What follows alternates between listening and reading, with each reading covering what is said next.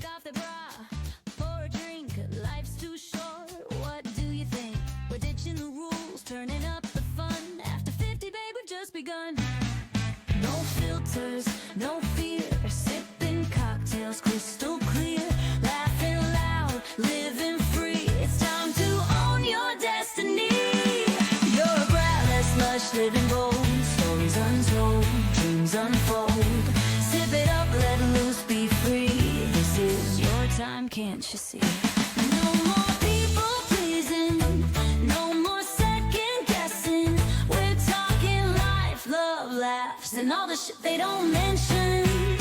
So grab a glass, grab a friend, let's shake it up till the very end. No regrets, just one big rush. Welcome to the braless lush. Well, hiya, Toots. It's Laura, your braless bestie and your unhooked host.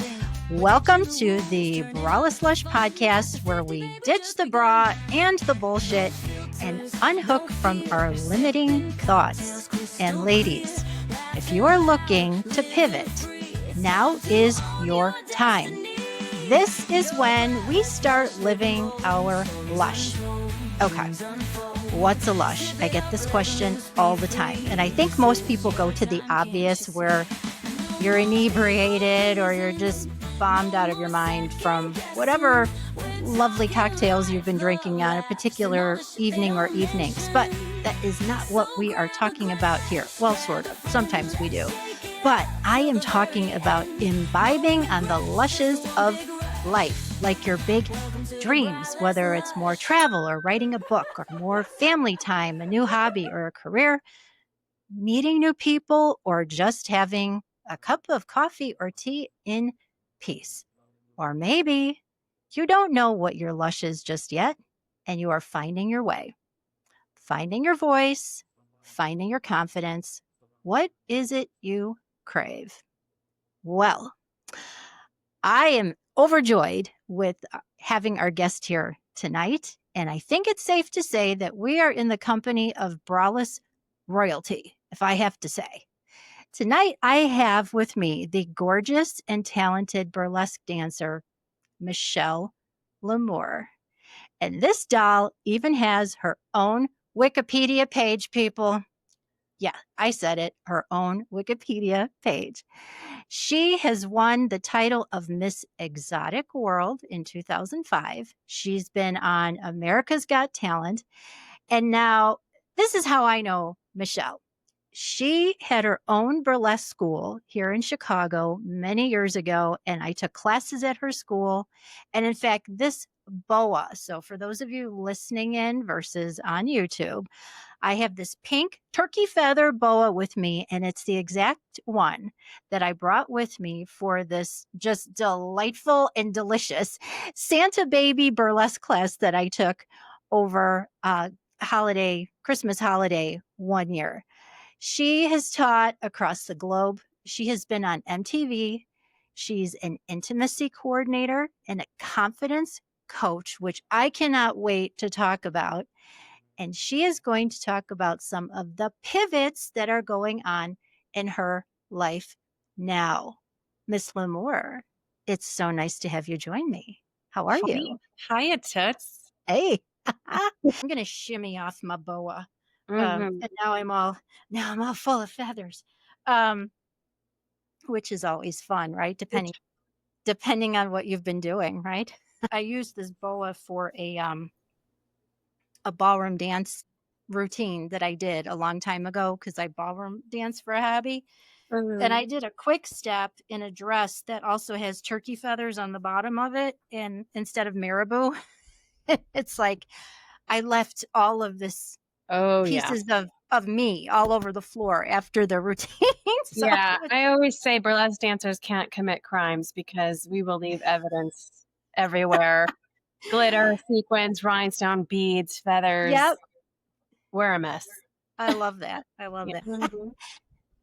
So I heard that your name originally was Toots. Tell us about my that. name was originally Toots, so it was Toots L'Amour. And I understood it just like you understood it. Like, hiya toots, and but people said toots all the time. And Uh, that was super annoying to me because eventually my tagline became the ass that goes pow. And so you can't be toots Lamore with the ass that goes pow. It just doesn't work. Um, so I was like, well, I'll be Michelle Toots Lamore. Michelle is my name. And eventually I was just like, I'm dropping the toots. Like y'all win. I can't fight this game this anymore, So toots is gone. It's all Toots right. is gone. And it's so But the cute. But ass is still here, I'll tell you that. maybe you should share your gadunk with us on screen here, Michelle. Oh, it's quite gadunky dunky today. Well, I've been following you for a long time, so I'm sure peachy, the word peachy comes up a lot Mhm. in your conversations or on your socials. Um, I'm known for my act, Buttoven. I don't know if you're familiar with that. Um, no, do tell. oh, well, that's worth a Google. So Buttoven is my butt cheeks. They wear a bow tie. It's very classy, very Oh, serious. And then oh, I come out in a tux and tails, and I sit down at my bench, and I have my music stand there, and it's very serious. And then I flip my tails, and it's just my butt, and it does isolations to Beethoven's Fifth Symphony. So it goes like right, left, right, left, right, left, right, left. oh my God. And I've been doing that in Vegas for, I don't know, from like November through July, about 5 days a week. It's very strong right now. I bet. So what kind of workout do you do for that?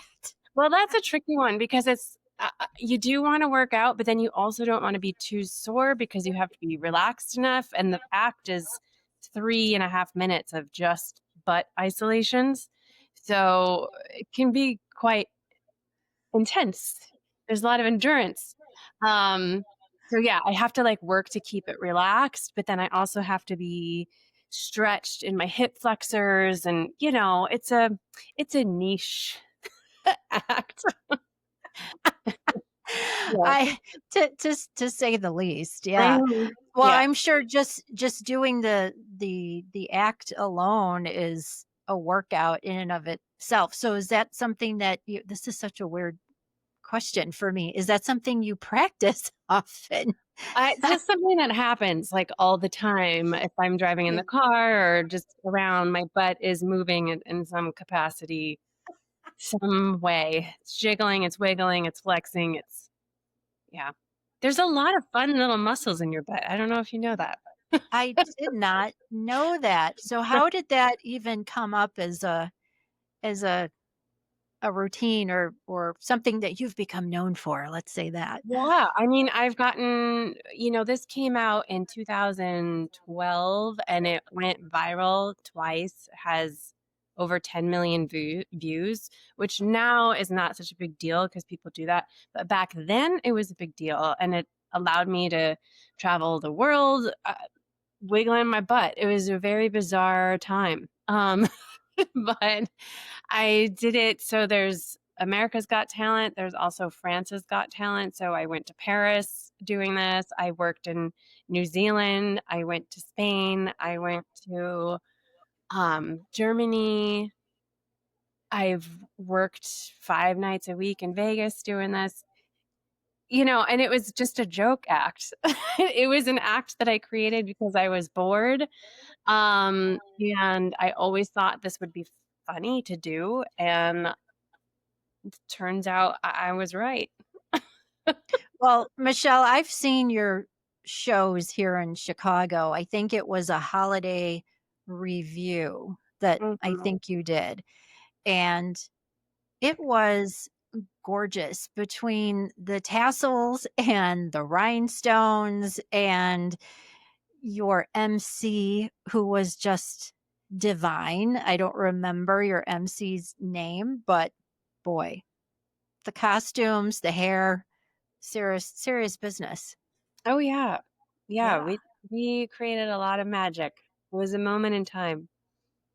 I think I still have pictures from that I took. So yeah, it was some hot stuff. And I think oh, by the way, cheers. Oh, Chin cheers. chin. Yeah. You got your bubbly? What did you decide on?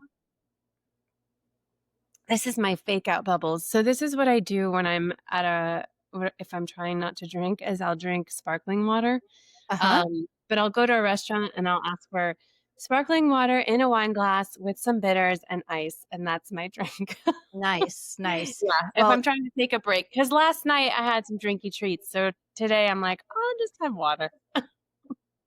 Well, I'm with you there since it's almost the weekend, but just to pace myself, I do have some sparkling myself with some raspberries. Very, very cool. Yeah, so Michelle, your shows have been amazing. And so Michelle is unfortunately no longer in Chicago, but she's in Vegas now. What took you out to Vegas? Oh, Vegas is an accident, but I left Chicago in 2018 for LA. And then the pandemic happened. So I ended up coming to Vegas to survive, really, because the rent in LA was insane. And of course, live entertainment all stopped. And so did my income. And there also was not a point in staying in LA because part of being in LA is to experience and network and do all that. So it was just shut down and they raised our rent. And it was like, okay, I guess we'll go to the desert. That was your alternative, the desert?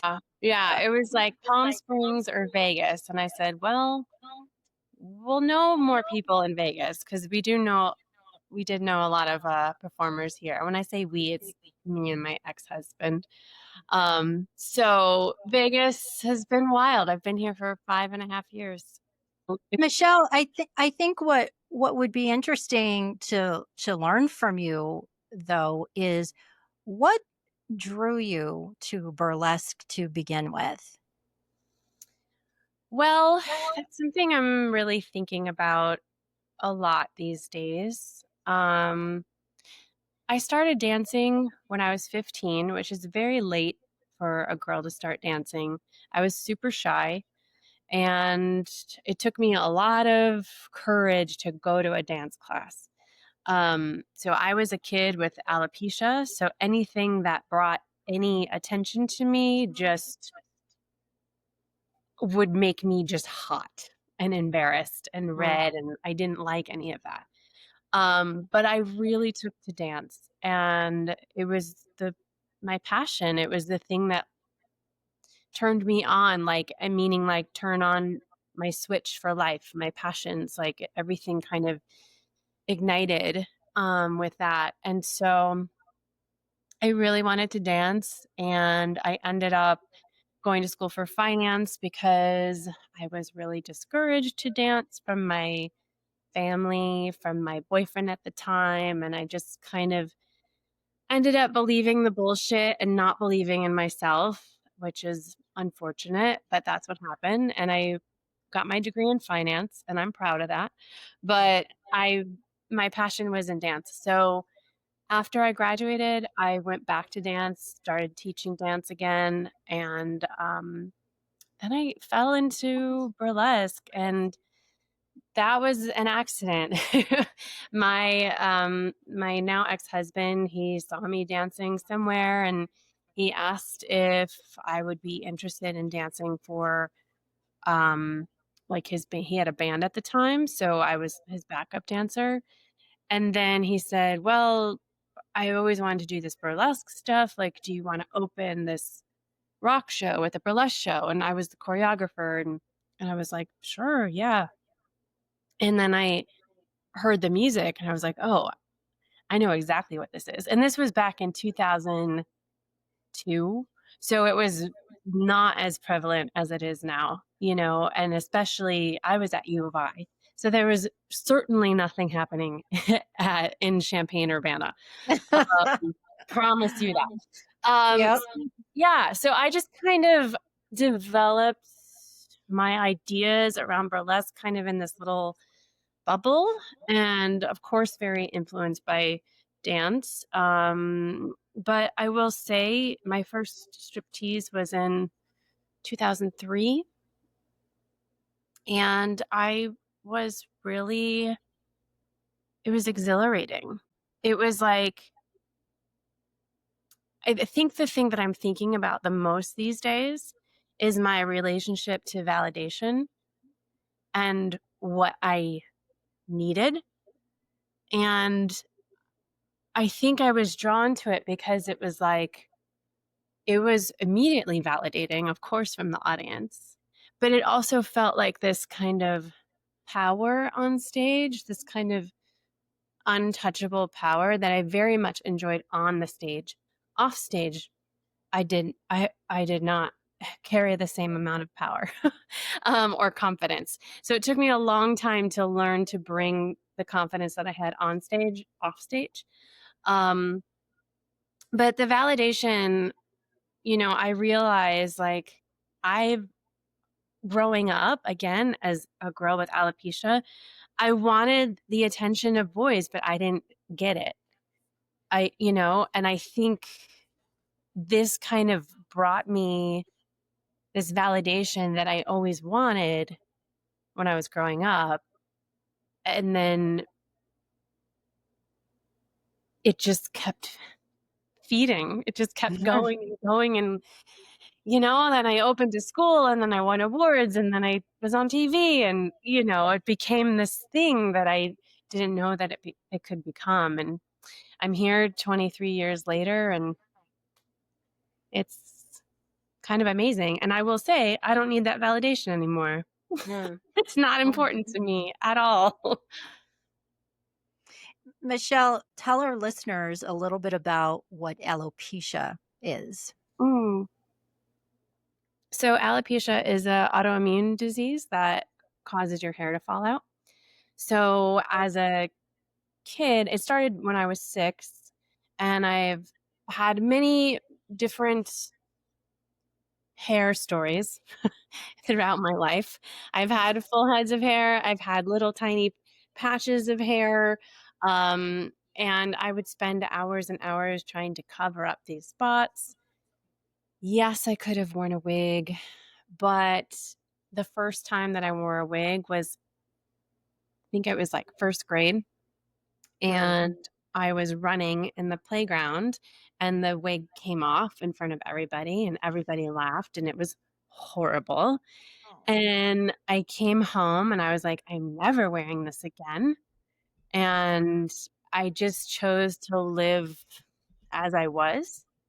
And, that came with a lot of stress. But covering up felt uncomfortable to me. However, I will say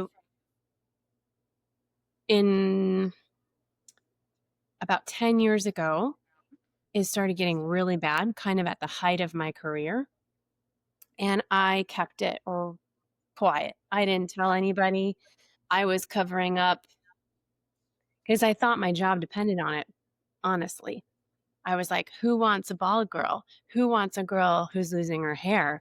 This isn't sexy. This is horrible, And I would wear these wraps all the time. I did start wearing wigs.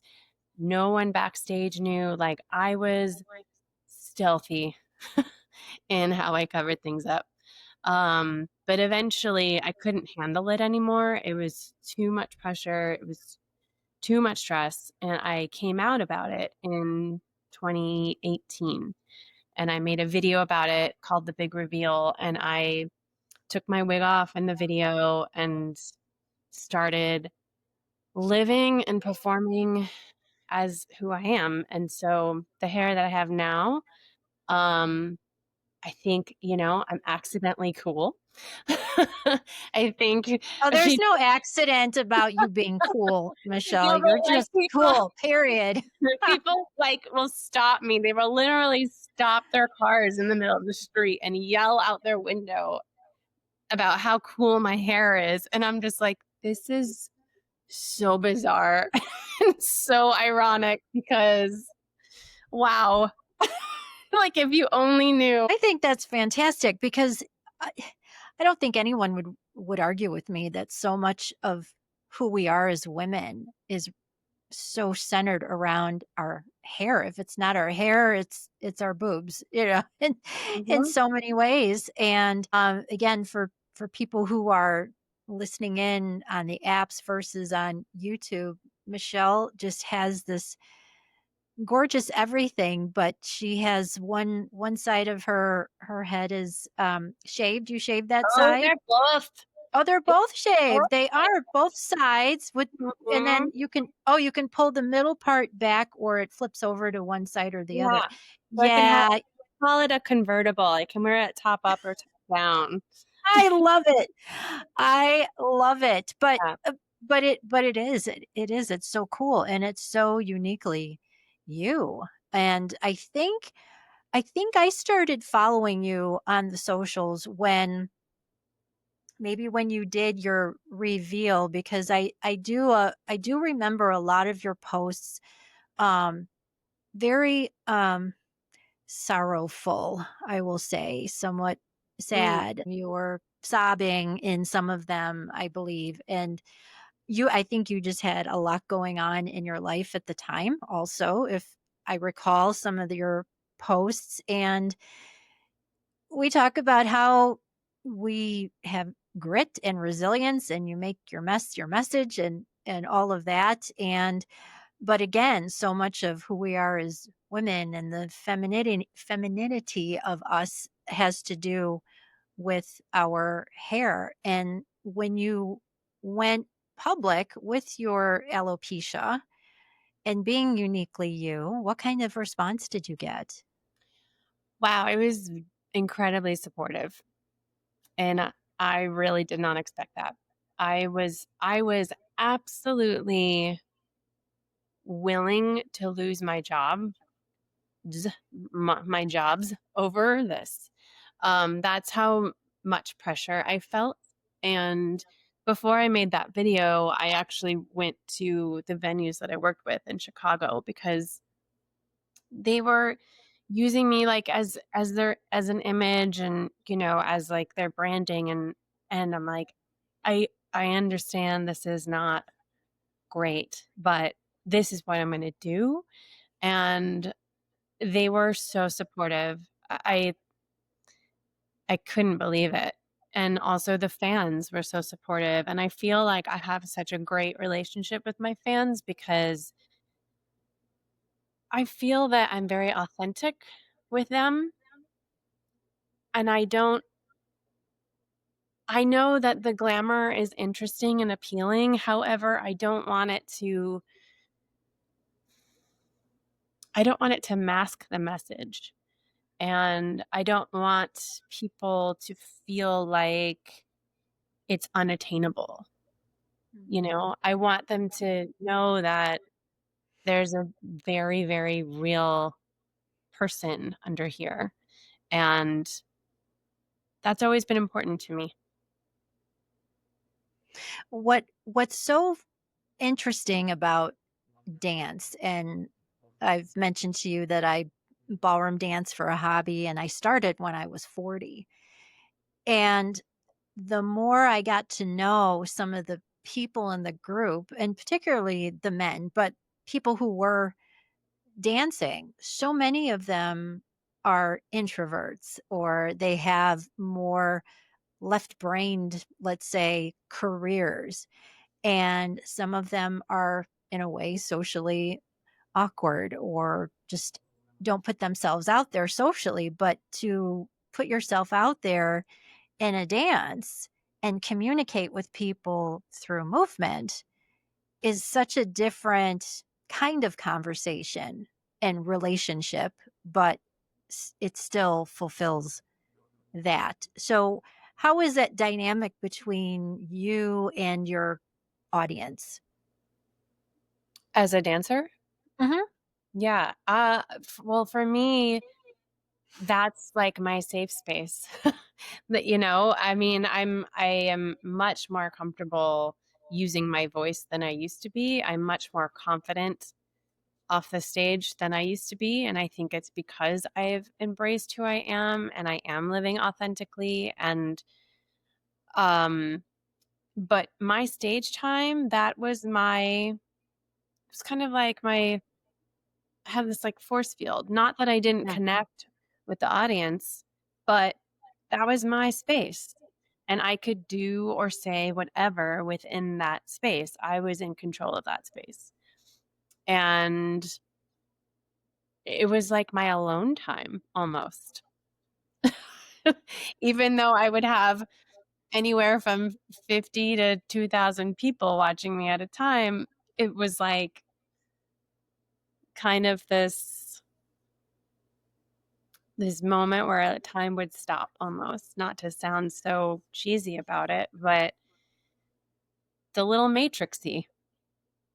Well, you created your own little world and took on different personas. All your acts were a little different or had a little different theme.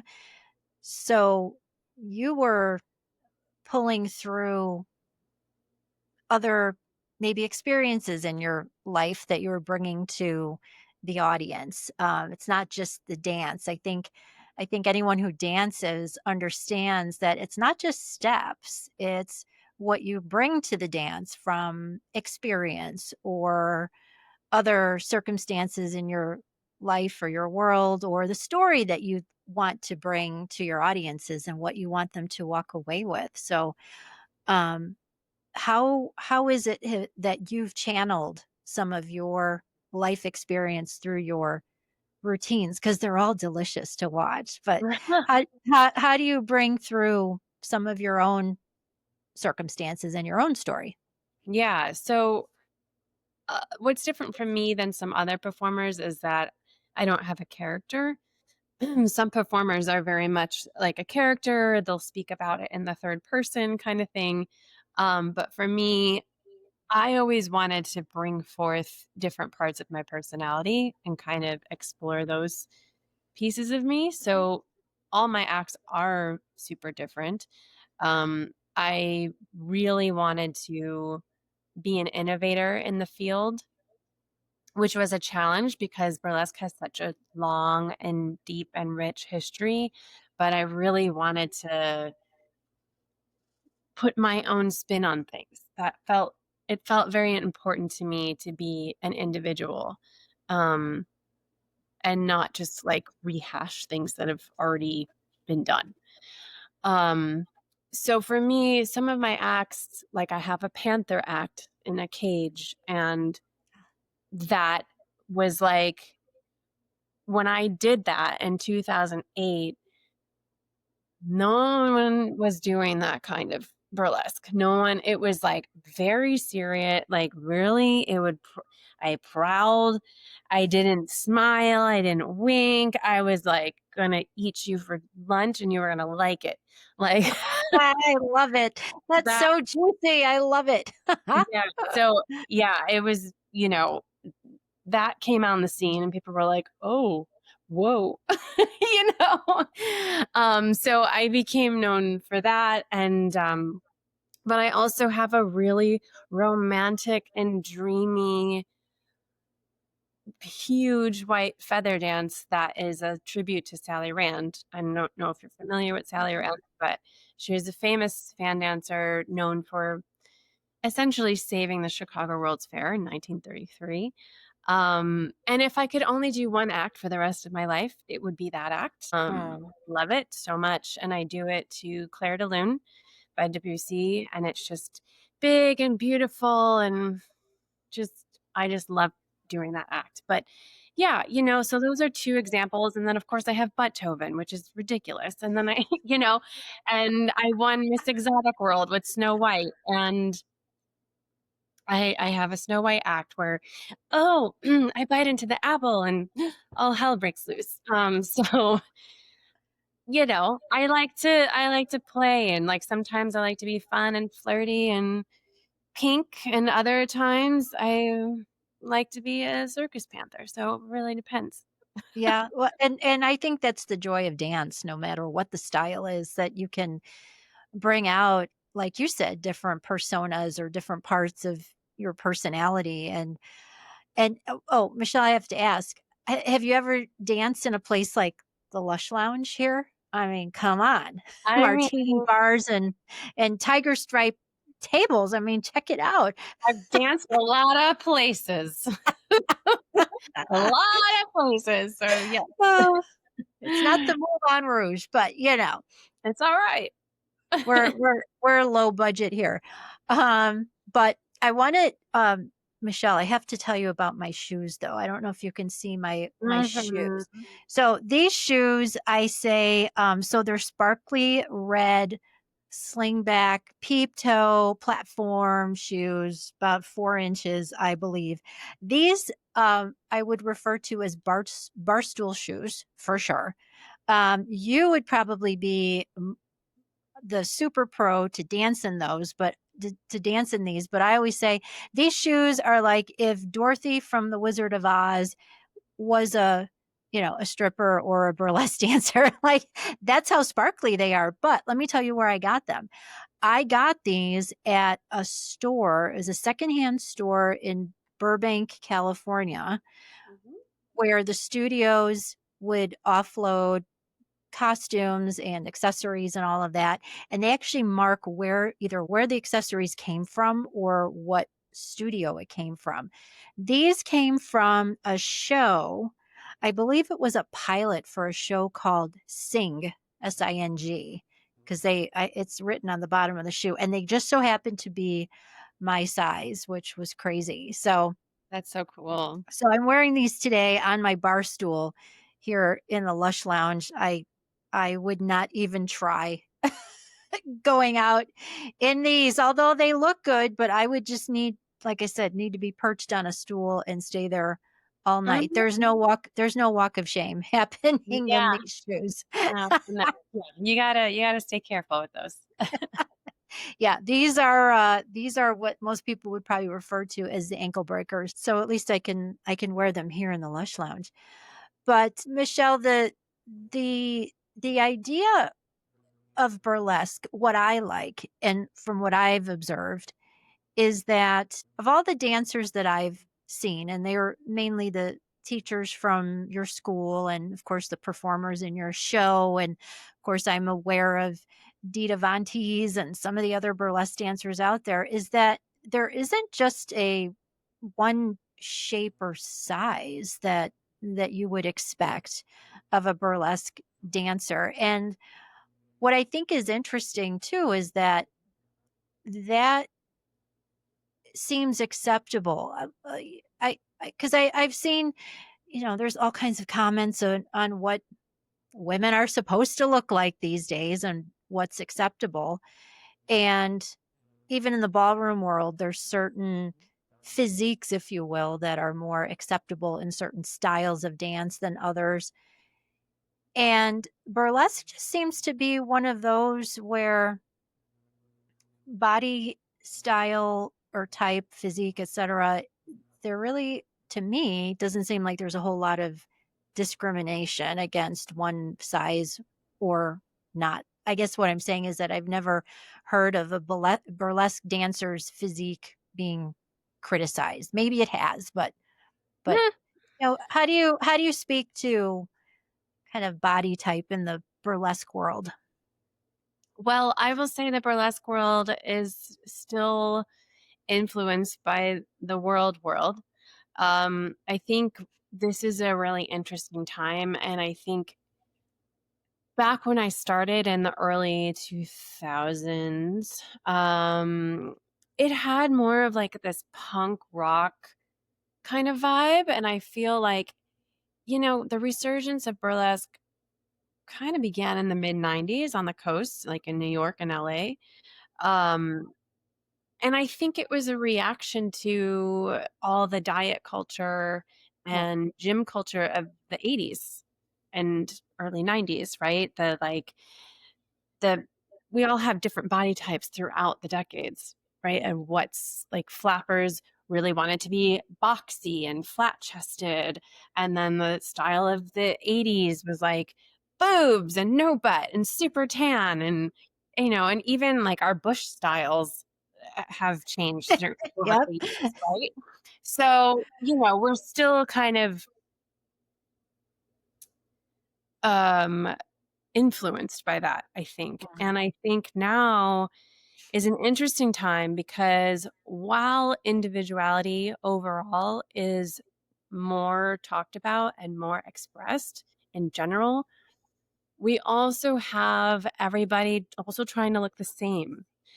Everyone's trying to look like an Instagram filter Mhm. in real life. And it's kind of bizarre. And it makes me sad because I think individuality is the thing that's beautiful.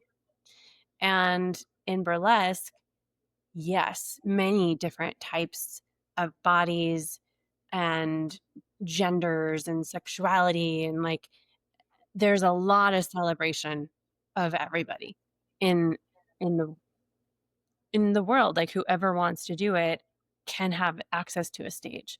So the barrier to entry is low, very low. Mhm. Whereas if you were going to go to, like you're talking about with ballroom, like absolutely there's a a body standard. The dance world can be really tough. They're just kind of starting to loosen the reins a little bit, but the dance world is very intense about bodies. I think, I hope, that tides will be changing and that they will stay that way instead of reversing like Mhm. some things that are happening in the world. Mhm. Yeah. Yeah. Well, between body types and what's considered acceptable, those of us who are getting older, we're all getting older. All yeah, it's like it's a moving train that they say you should be grateful that you do get to age, but there are stereotypes that come with that about being older and what's acceptable in terms of body type. And you had said that you are doing some confidence coaching these days. Tell us about what that is and what are some of the key things that women should be thinking about in terms of staying confident or getting more confident about themselves, especially as we get older? Yeah, I mean, I think confidence is one of those things that ebbs and flows, right? You're gonna walk into some situations with total confidence, but you might walk into other situations, maybe into something that you've never done before, and of course, you're not going to feel confident, right? But hopefully, in those situations, you have a really firm grasp about who you are. And I think as women, we are very far away from who we are. We are very used to denying our impulses, denying our desires. We're very good at endurance. And when I say endurance, I mean especially in relationships. When we're in relationships that aren't good for us, that cause us to compromise ourselves, that cause us to make concessions, um, and put us in a position to serve the other rather than our own self. And I think learning how to say no and also learning what your yes actually feels like. And I think that is something that we are so far removed from. And when I say we, I'm including myself in that. And I know people will look at me on stage and think I'm like the most confident with it person. And I will tell you off stage, struggling. Lots of stuff was happening. For me, We know how to put on a good face if there's anything we're good at that. We're we're very hiding good at behind that. the mask. Right. But a relationship isn't something to be endured. In fact, really, no experience needs to be endured. And when I was learning about this, and it was kind of blowing my mind. I took this consent, it was a 5-day consent workshop in Utah, of all places. So there was a lot of ex Mormons there, like trying to recover. but it was it's called the Wheel of Consent. And so it's really it's about more than just saying yes or no, but it's about what does that feel like? What does it feel like in your body when it's a full yes? Or even what is like a maybe, I'm curious. It's not a full no, but maybe it's a yes with some caveats, Mhm, like a mhm. yes, but, or yeah. So I think that is very important in confidence, and also just taking stock and taking ownership of your accomplishments. I think that we often don't celebrate each other or ourselves. And I found that kind of keeping a running list of my own accomplishments can help me in situations that are new to me, where I feel like, oh, this is not my comfort zone. This is not my wheelhouse. Like, I'll say, okay, remember you did this, remember you did this, and you got through that, you did that, you did that. So it's like, I'll have to remind myself, like, oh, remember you are strong. Remember you are capable. And just that self talk instead of the self talk of like, oh, I'm such an idiot. I really screwed that up, or, you know, whatever horrible things we say to ourselves.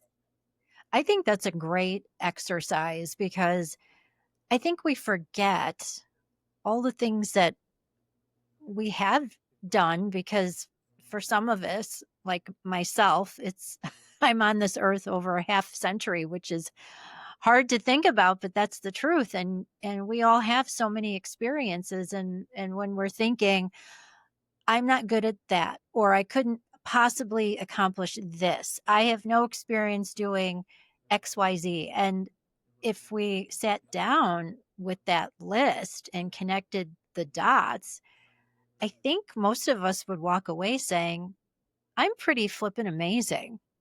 Hmm. Look at all these things. And I just don't think that certain things that women do, that they really stop and think that it is significant. They think it's just some day-to-day thing. These are just the things we do. Why is this special or unique, or why does it make me special or unique? So I think that's a great exercise for women to think about doing. Hmm. Yeah, I think Yeah. it's a really great reminder of not exactly who you are, but what you've done, and how that can support who you want to be. And sometimes we just don't connect those dots very well. And maybe we don't remember everything. And if you have to ask a family member or friends, and just which might sound like a weird a weird question. Tell me how amazing I am, but you know what? Most people can do Uh, it and I've tell definitely you. done that. I've Have asked you? my friends in times where I'm super confused about myself and like, what am I doing? I've absolutely reached out to some friends and been like, can you just tell me what you see?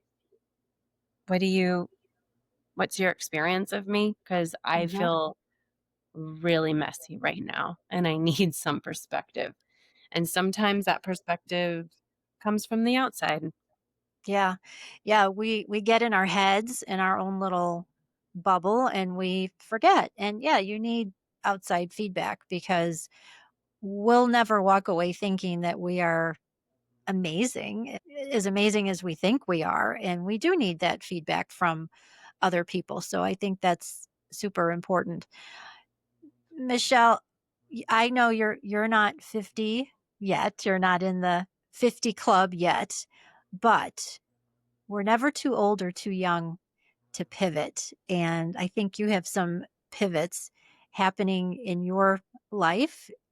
Anything that you'd like to share with us and walk us through what the pivot is and what it might be? And maybe you don't know yet, but you know that one pivot is a coming. Something's changing. Oh yeah. I love a good pivot. And yeah. So I like to say live your life in rough draft. And if you're looking at a rough draft and there are things that don't serve it or serve you, you can redline that. Take it out. It is not working. No, there's no reason to keep putting effort and energy into something that isn't filling you with joy. And we tell ourselves so often, like, well, we pride ourselves on the virtue of being loyal. Who are we being loyal to? We're being loyal to someone else, but not to ourselves. And we need to be loyal to ourselves. We need to be honest with ourselves. And yeah, I am at that point where I am leaving Vegas and I don't have anything lined up. I am looking for a career change. I am looking for a whole lifestyle change. I want to get back to my roots and my passion for dance, and I want to feed myself. And I have wrestled with my limiting beliefs that no one will really care about me if I'm not doing burlesque. Mm. I'm not going to be interesting to anybody if I'm not doing burlesque. I'm not worthy of making money if I don't take my clothes off. You know, like these are my deep, dark truths that I have discovered, that like this running narrative in my head. And that comes with a lot of work and a lot of effort of being quiet and still. And I will say soft. I think being soft is essential to this work, because if you're going to plant new seeds, you need to have a fertile ground. You can't plant them in concrete. And so I've really had to soften and really look at some of these things that I didn't even know were there. I didn't even know that I was thinking that or believing that. And then through journaling, meditation, it's become this noticing. It's getting in touch with your knowing. It's getting in touch with your intuition. And I'm just going for it. I fought it. I wrestled it. I tried not to. And then I was like, yeah, I have to. This is the time. This is the moment. I could come up with a million reasons why not to. But I'm doing it, and there are so many opportunities out there for me that I don't even know about yet.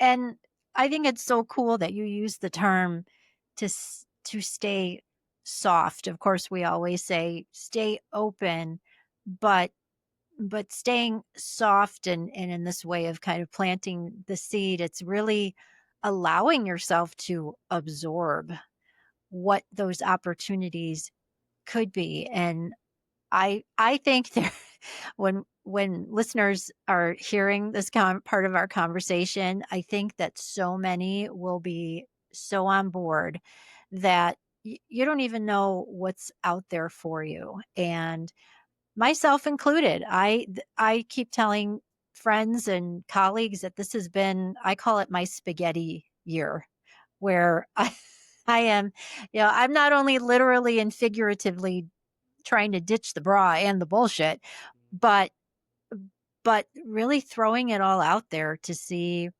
what's the next thing. I'll be 55 next month, which is only a week and a half away in September. And now is my time, because I think, I don't know for you, Michelle, but I think you get to that point, that edge where you're at the edge where you've just either had enough or that it's time for a change. And that's an amazing decision to make. Mhm. But Yeah.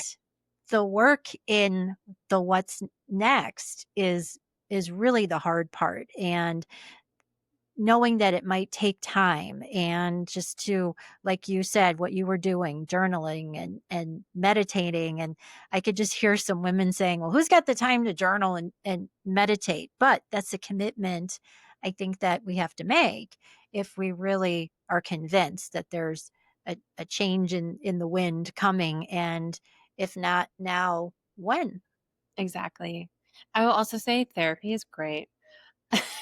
Yeah, yeah, Whatever for kind sure. of I read a ton of books, podcasts are great if therapy's not Mhm. an option. Like, the hard part about when you're trying to make a change, like a true big directional change in your life, you need to have support around you. And whether those are people in your life or just resources like books, podcasts, whatever, you need to have that positive reinforcement because everything around you is going to tell you how scared you should be. Mhm. And you need to seek out the positive reinforcement. It is a must for that. And I think for me, my life really started to change when I found my no. When I found my no in my marriage, no, I'm not doing that.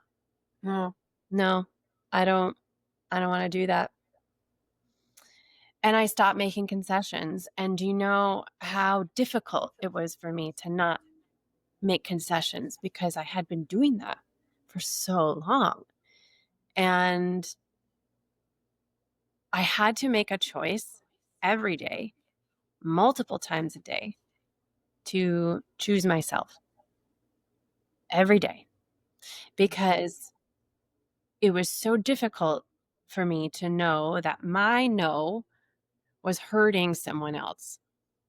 That was really hard for me to handle. But I, at that moment, had to be loyal to myself. I had to choose myself. And I have been committed to that. And that alone is, again, a big decision to say, okay, now it's my time. I figured out that things need to change. There's something else for me.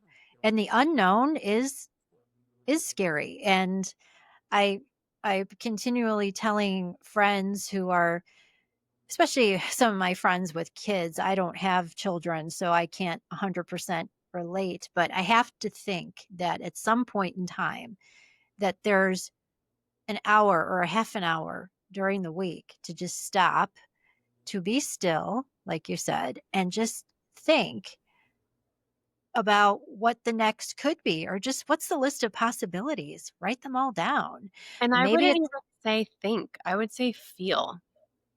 yeah. Stop and feel. Hmm. We do a lot of this head stuff, but we don't Yeah. do a lot of heart stuff. And Hmm. that's where that pull is going to come from, and that's where that strength is going to come from. Like, Yeah. you can logic your way in and out of anything. You can make your pros and cons list. And I will tell you, like, intuition isn't logical and it doesn't make any sense. Right. And people will look at you and be like, "You are making a mistake. Hmm. And they will think you're crazy. But in the words of Mel Robbins, let them. Let them, yes.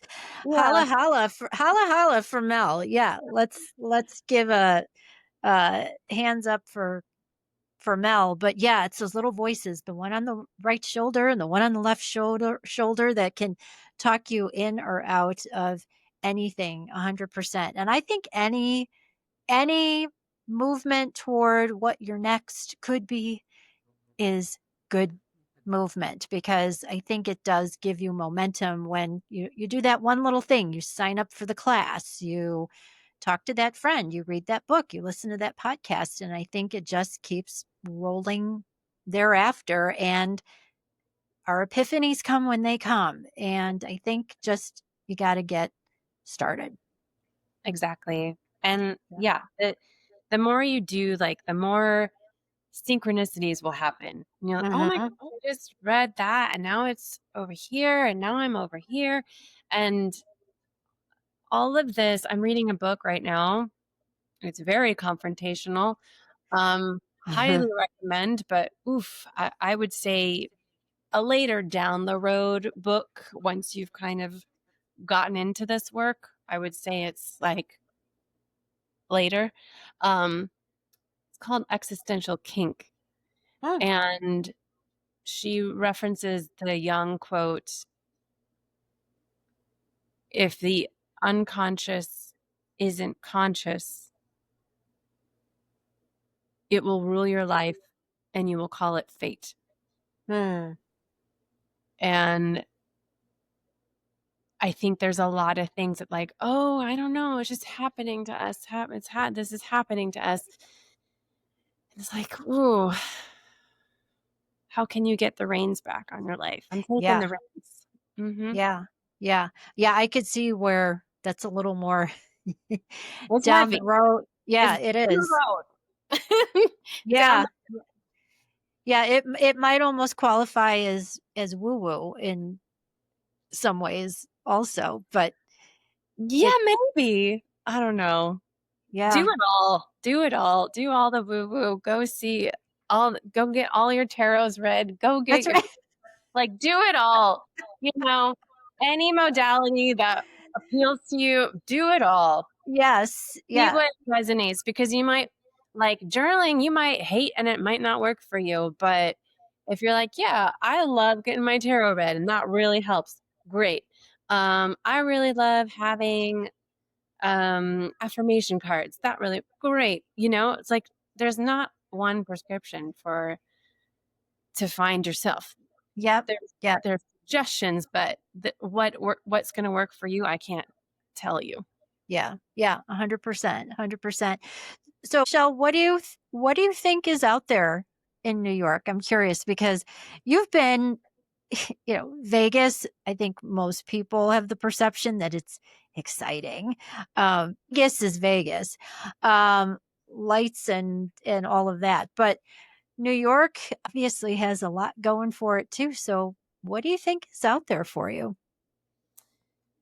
Oh man. I'm from Chicago. I'm a city girl.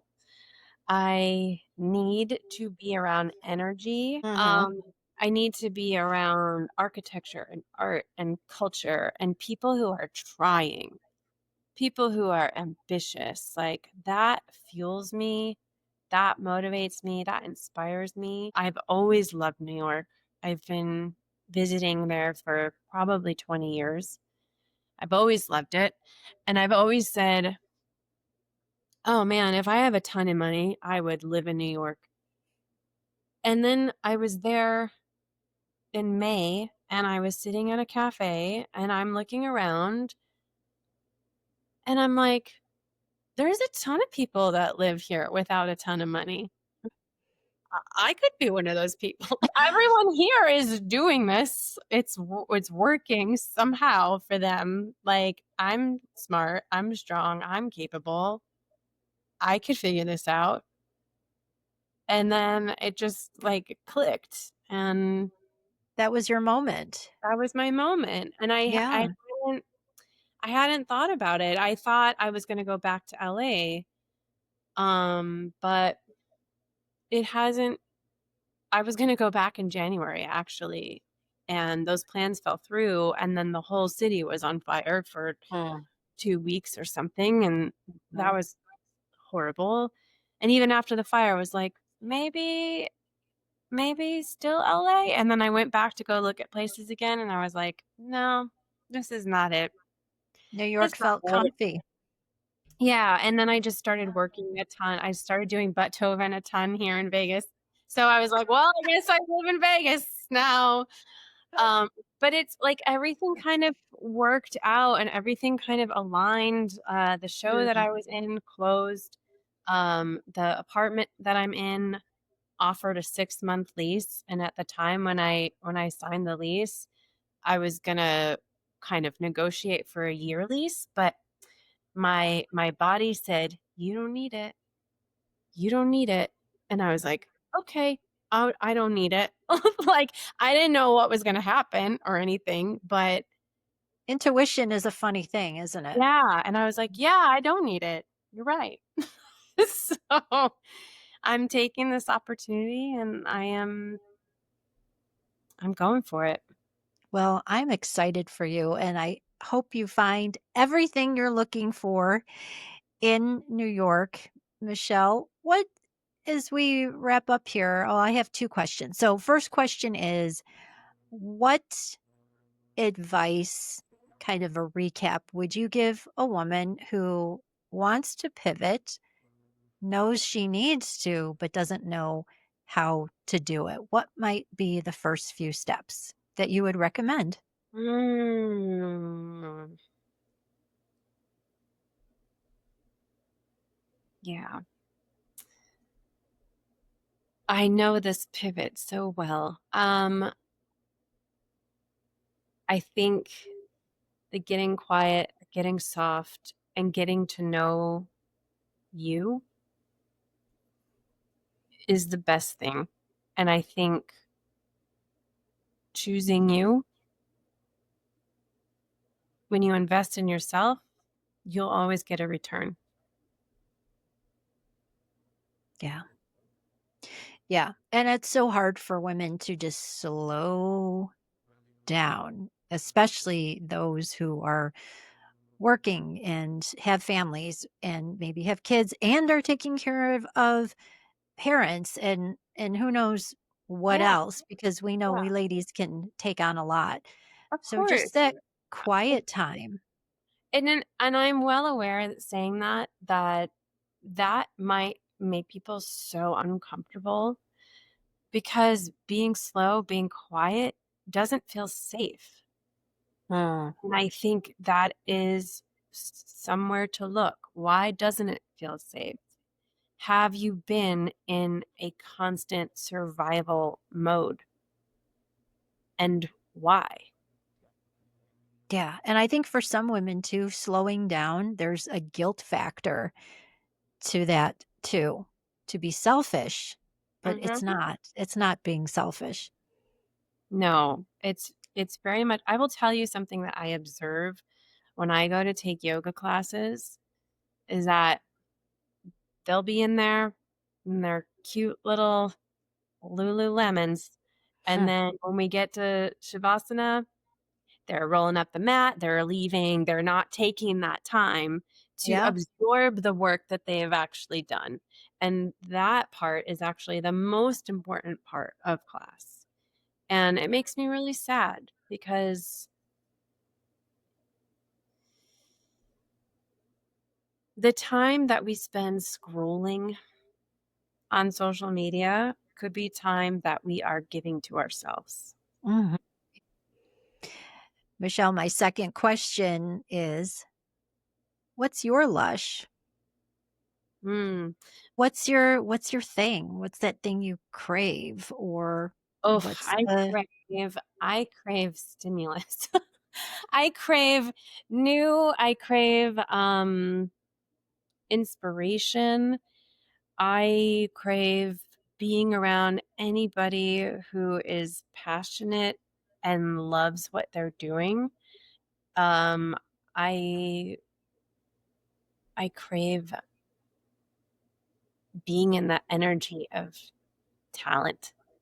I really I enjoy it so much. well, you're definitely heading to that place. If New York is your place of choice, I think you will be welcomed in a overload kind of way where there will be no lack of creativity and energy and new and ambition, as you said.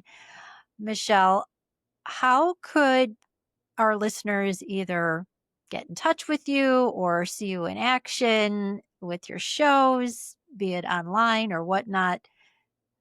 Yeah, well, if you want to work with me for confidence coaching, you can go to michelleamore.com/coaching. And that's MICHELLELAMOUR.com. Mhm. And then, yeah, you can follow me on Instagram at Michelle Amore. Beautiful, beautiful. Well, to everyone out there, my luscious sisters, please, please go and follow Michelle. She's beautiful and wise. And if she has any videos of her shows, please go watch her. And but Tovin, is that it? Yep. Go Yep. check that. Go check that out. Yeah. I myself haven't seen that one, but I'm definitely going to check it Yes. out. And maybe Michelle, you'll come up with a whole new glute workout or something Well, like I that. think my follow-up to Beethoven for the holidays was the butt cracker. So I Oh, also got of course it is.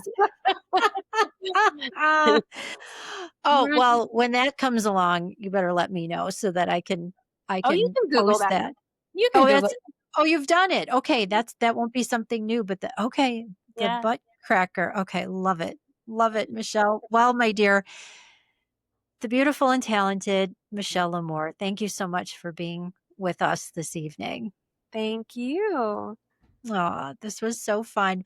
Well, everyone, my luscious sisters, thank you so much for listening. And if something lit you up during the show, follow and subscribe on the apps or on YouTube.